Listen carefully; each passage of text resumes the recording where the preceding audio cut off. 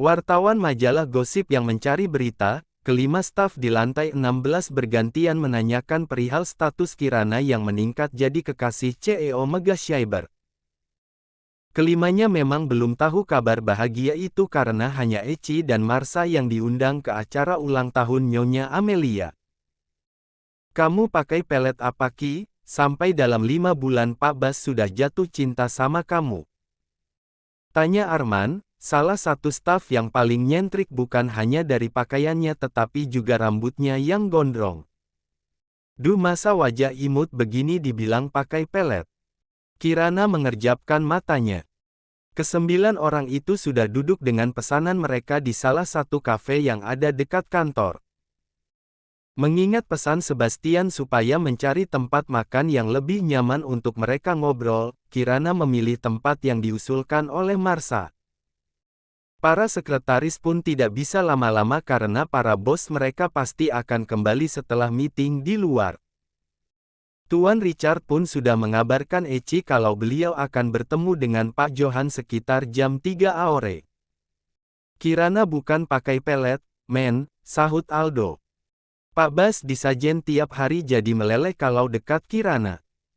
Kayak lilin lagi dinyalain aja, cepat meleleh, celetuk Kirana sambil terkekeh. Pantas aja tadi tatapannya setajam silet pas lihat gue sama Aldo, timpal Milan. Lagian elo juga, sahut Aldo sambil tertawa.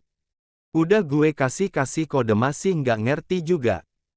Jadi ceritanya hari ini traktir pajak jadian dong, Reo, staf lain, ikut buka suara. Mana ada pajak jadian, protes Kirana. Seminggu aja juga belum. Kan aturan harus lewati masa percobaan dulu baru teruji kualitasnya. Emang elo kira karyawan di Megashyber, pakai masa percobaan dulu? Marsha buka suara. Percakapan terus berlanjut sambil menikmati makan siang. Kirana yang memiliki sifat mudah bergaul cepat akrab dengan ketujuh orang di lantai 16 meskipun mereka tidak terlalu sering berinteraksi. Udah jam 1.15 nih, balik yuk, Eci bersiap-siap dan bangun dari kursinya. Jalan duluan deh, nanti saya nyusul. Beresin bayaran dulu. Dion langsung berjalan menemani Kirana sementara yang lainnya keluar dari kafe. Mereka memang tidak membawa kendaraan dan memilih berjalan kaki. Butuh waktu lebih lama kalau naik mobil ke kafe yang jaraknya hanya 800 meter dari kantor Megashyber. Kirana mengirimkan foto bon makan di kafe pada Sebastian.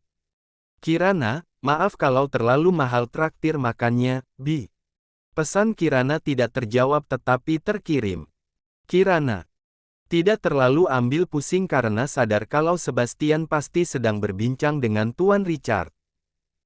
Tapi baru saja dia dan Dion keluar kafe, suara notifikasi pesan masuk terdengar dari handphonenya. Sebastian, tidak masalah Hani, yang penting semua happy. Kamu sudah balik kantor. Kirana langsung tersenyum melihat Sebastian membalas pesannya. Dion geleng-geleng kepala. Kirana tidak ada bedanya dengan Sebastian, lagi demam cinta, sering senyum-senyum sendiri hanya dengan melihat handphone. Kirana, baru keluar kafe, Bi. Jalan kaki nih ke kantornya. Ternyata Sebastian tidak ada bedanya dengan Kirana.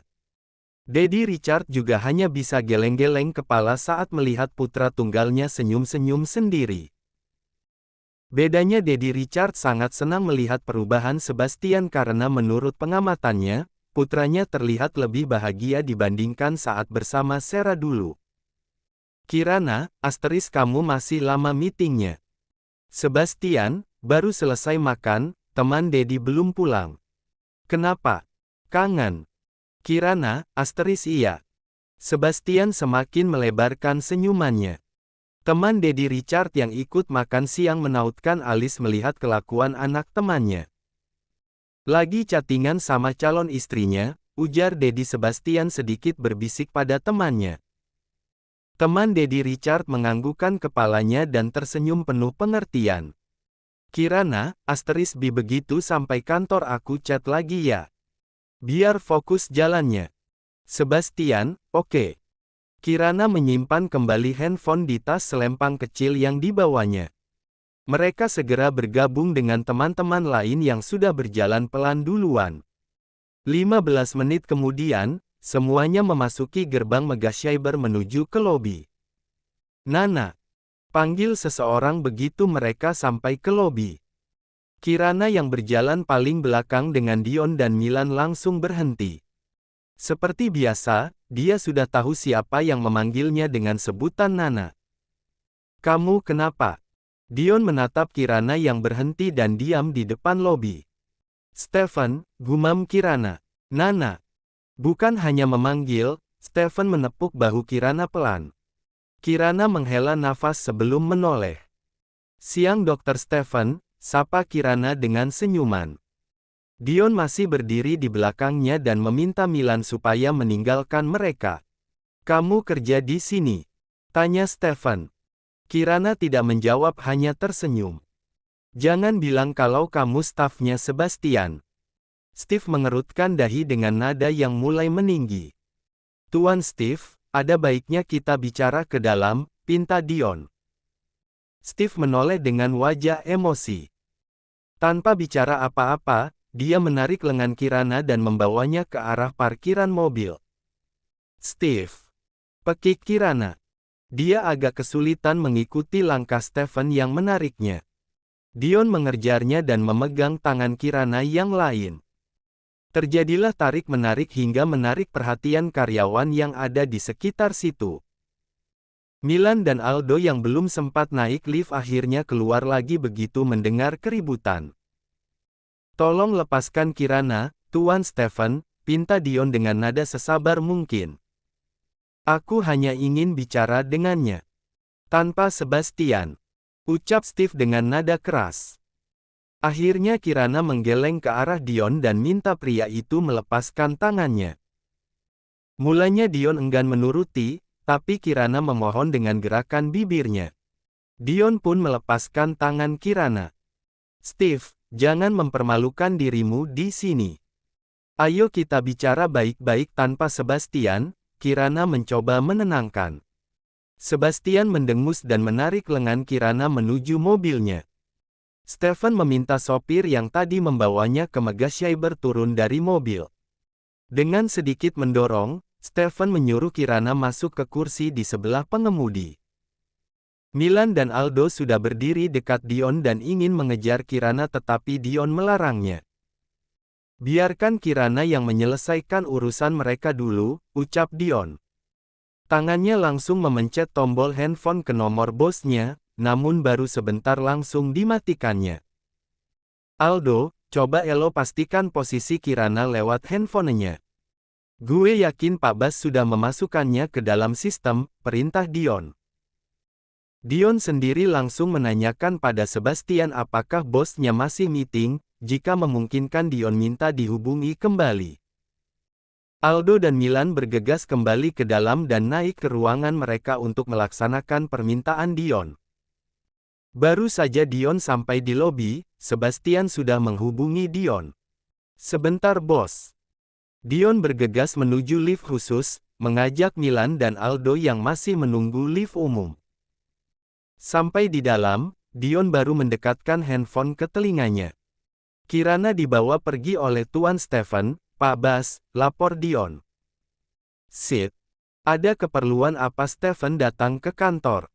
Saya kurang tahu juga, Pak. Tadi kami tidak sengaja bertemu di lobi. Tuan Stephen yang lebih dulu memanggil. Kemana? Saya sudah minta Aldo dan Milan melacak posisi Kirana. Apa Pak Bas? Sudah. Jawab Sebastian cepat, namanya Siti 22. Nanti saya kirim lewat WA. Saya kembali ke kantor sekarang dengan Dedi. Tanpa menunggu perkataan Dion lainnya, Sebastian langsung menutup sambungan telepon. Dion meminta Aldo dan Milan melaporkan perkembangan pencarian posisi Kirana. Sementara Kirana berusaha tetap tenang duduk di sebelah Stephen supaya pria itu dapat fokus menyetir. Dia yakin kalau Sebastian pasti akan menemukannya. Namun tanpa diduga, saat mobil berhenti di lampu merah, Stephen menarik tas selempang yang dipakai Kirana, mengeluarkan handphone gadis itu lalu langsung mematikannya. Dilemparnya handphone Kirana ke jol belakang. Kirana terkejut dan langsung merasa cemas. Bagaimana Sebastian bisa melacak keberadaan Kirana kalau handphonenya dalam keadaan mati?